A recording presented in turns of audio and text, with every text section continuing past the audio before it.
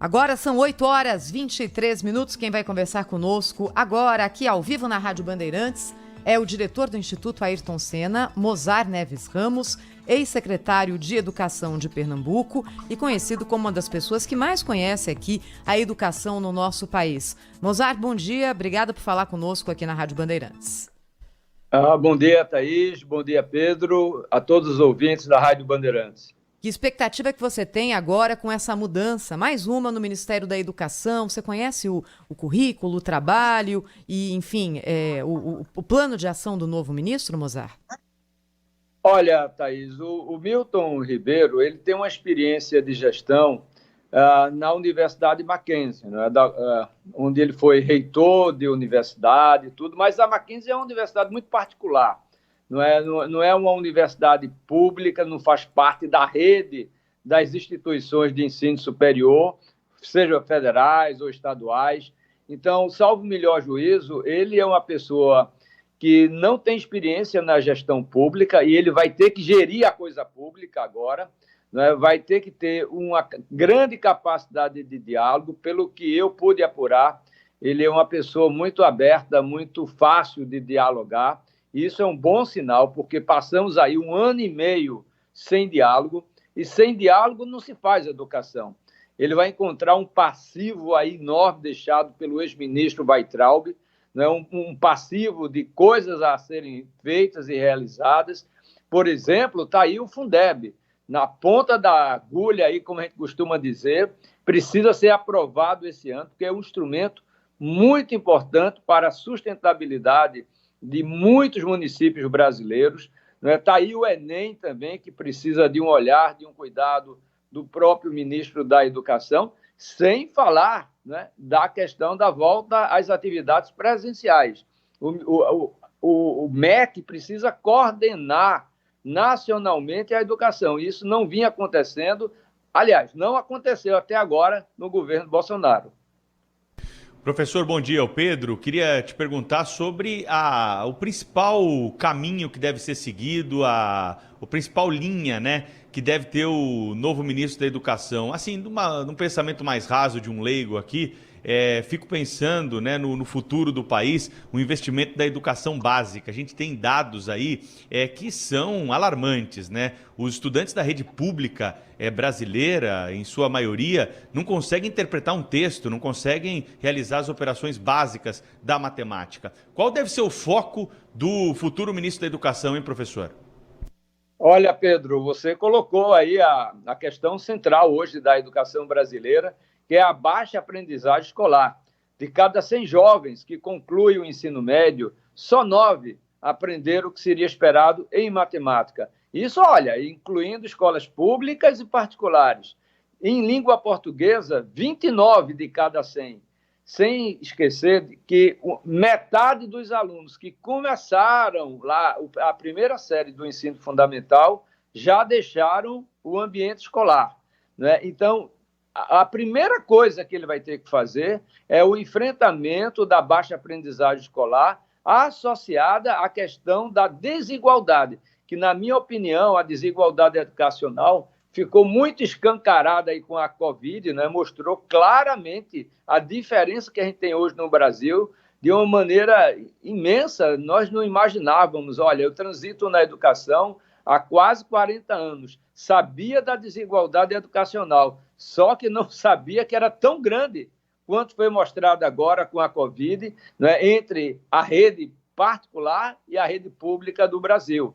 Né? Em 2, 3 semanas, as escolas particulares, na sua grande maioria, já estavam com currículo online aí, enquanto que tem redes públicas que nem sequer tiveram a oportunidade de ter atividades não presenciais para seus alunos.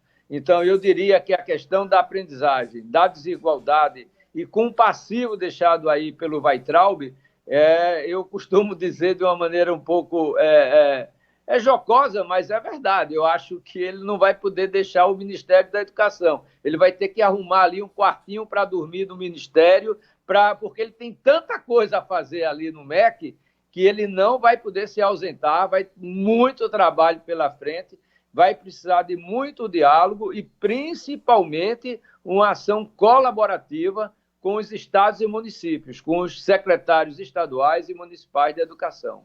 O senhor sabe, professor Mozart, que nessa semana aqui a gente entrevistou na Rádio Bandeirantes o secretário da Educação de São Paulo, Rocieli Soares, sobre Enem, pandemia, enfim, as questões da educação nesse momento.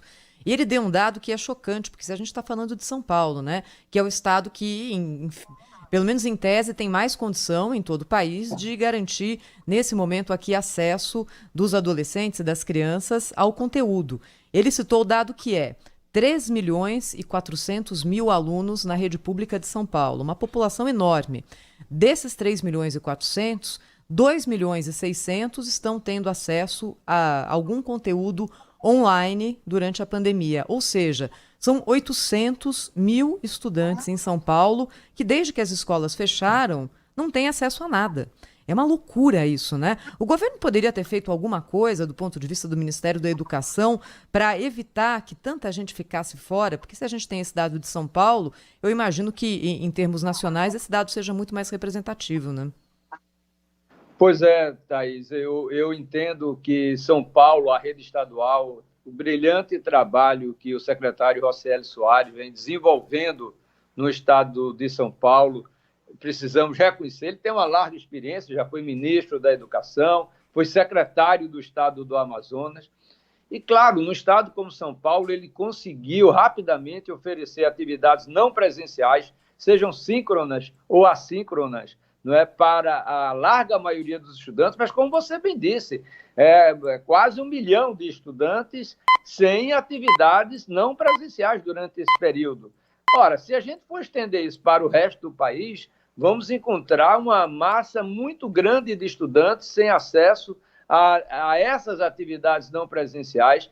Há de se louvar, por outro lado, o esforço que os secretários de educação estão fazendo, não é, para oferecer essas atividades. A gente tem encontrado experiências maravilhosas. O rádio voltou novamente com muita força e é muito bonito isso. Acho que o rádio tem um papel nesse país invejável do ponto de vista de disseminação do conhecimento, da informação, do conhecimento. E o rádio hoje está ajudando muitos alunos de muitos municípios brasileiros, mas uma boa parte está sem acesso a essas atividades não presenciais. E é uma pena, lamentável, que o MEC, nesse momento, esteja acéfalo do ponto de vista de uma liderança que pudesse exatamente coordenar esse momento da história educacional desse país em função da pandemia. E tem uma coisa, Thaís e Pedro, como dar acesso a milhões de estudantes que não estão tendo acesso a esse ensino mediado por tecnologias. Olha, a gente tem um FUST, que é um fundo da universalização do sistema de telecomunicações. Pasmem, isso mais ou menos está na ordem de 35 bilhões de reais para serem aplicados para essa universalização. Ou seja, parte pelo menos desse dinheiro, e há uma estimativa feita pelo Sistema S que com 22 bilhões de reais a gente podia dar conectividade a esses estudantes, a todos os estudantes brasileiros. Então, articulação, decisão do governo federal de pegar o FUST, que tem aí 35 bilhões, botar 22 bilhões e dar acesso aos nossos estudantes, aqueles mais vulneráveis, aqueles que não têm acesso à internet, banda larga, que hoje é o caderno e o lápis do século XXI. Então, precisávamos, como nunca, ter um ministro atuante, um ministro que não fosse interino, mas um ministro, também não adianta ter um ministro como Weintraub, porque Weintraub só fez enfrentamento, problemas com os reitores, com os alunos, com os secretários. Vamos esperar que o Milton Ribeiro tenha realmente sucesso, ele tenha paz para poder administrar o MEC e empoderamento por parte do próprio presidente da República, né? Se ele não conseguir ter essa paz, ele não vai conseguir gerir e coordenar a educação nacional.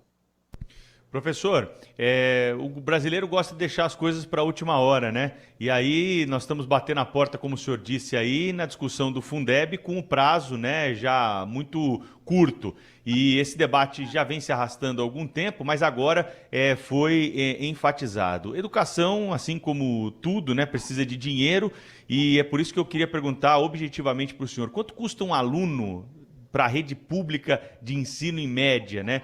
E esse Fundeb, ele não vai engessar demais a autonomia dos gestores, né? Não seria melhor definir modelos, né, com base em dados e na realidade local e deixar o poder discricionário mais na mão do administrador público?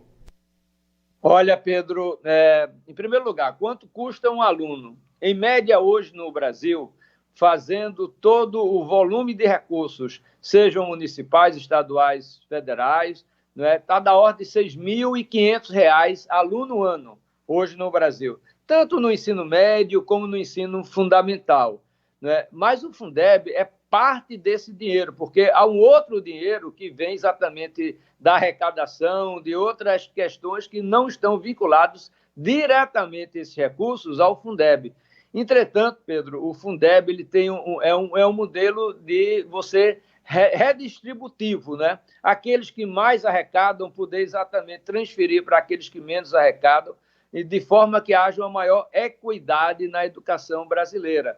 E 60%, pelo menos no Fundeb atual, são vinculados pelo menos à questão do salário dos professores. Então, para aqueles municípios mais pobres, que não têm uma grande capacidade de arrecadação, que vivem principalmente em função da redistribuição do ICMS e do próprio Fundeb, o Fundeb é fundamental para a questão salarial. Portanto, a não aprovação do Fundeb esse ano vai criar um impacto enorme em cima dos municípios, inclusive para o pagamento dos professores.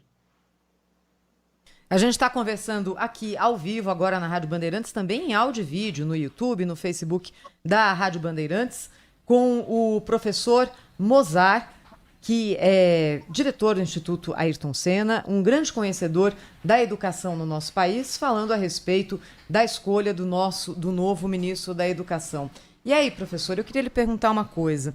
Havia uma expectativa muito grande a respeito de qual seria o perfil do novo ministro da Educação. Se seria mais ligado ao Olavo de Carvalho, se seria mais ligado aos militares, se teria ali algum cunho ideológico, enfim.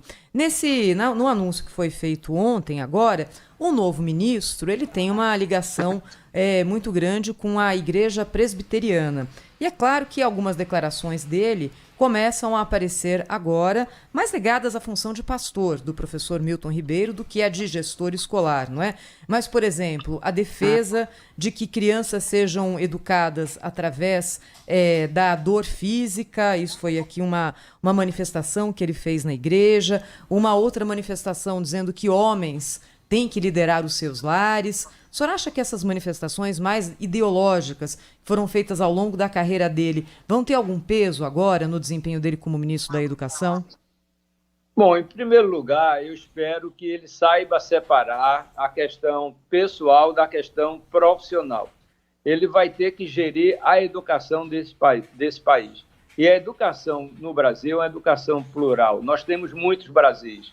Ele não pode ficar refém de uma ala ou de outra ala. Ele tem que administrar e prover uma educação para todos os brasileiros, independentemente da visão do brasileiro. Eu espero, sinceramente, que ele consiga ter essa pluralidade na sua concepção, porque nós temos o Brasil exatamente de um estado como São Paulo, extremamente rico, não é? Mas temos também o Brasil dos quilombolas, o Brasil dos povos indígenas, o Brasil da educação do campo, não é? Então, vamos precisar hoje entender que hoje 48 milhões de brasileiros, de crianças e jovens e adultos, não é? Que precisam de educação, não pode estar vinculado nem refém de uma ideologia ou de outra. Não é? A educação ela é plural e eu espero, sinceramente, que o ministro Milton Ribeiro saiba separar as suas questões de cunho pessoal, enquanto pastor evangélico, presbiteriano, das questões maiores, porque nós temos um passivo, como eu disse, muito grande, deixado pelo Weintraub, uma história ainda a ser contada de uma educação de qualidade para todos. A gente colocou as crianças na escola, os jovens na escola, mas nós não temos qualidade ainda, precisamos colocar quantidade e qualidade na mesma equação. Então, eu espero, sinceramente, que o ministro Milton Ribeiro saiba separar as suas questões pessoais.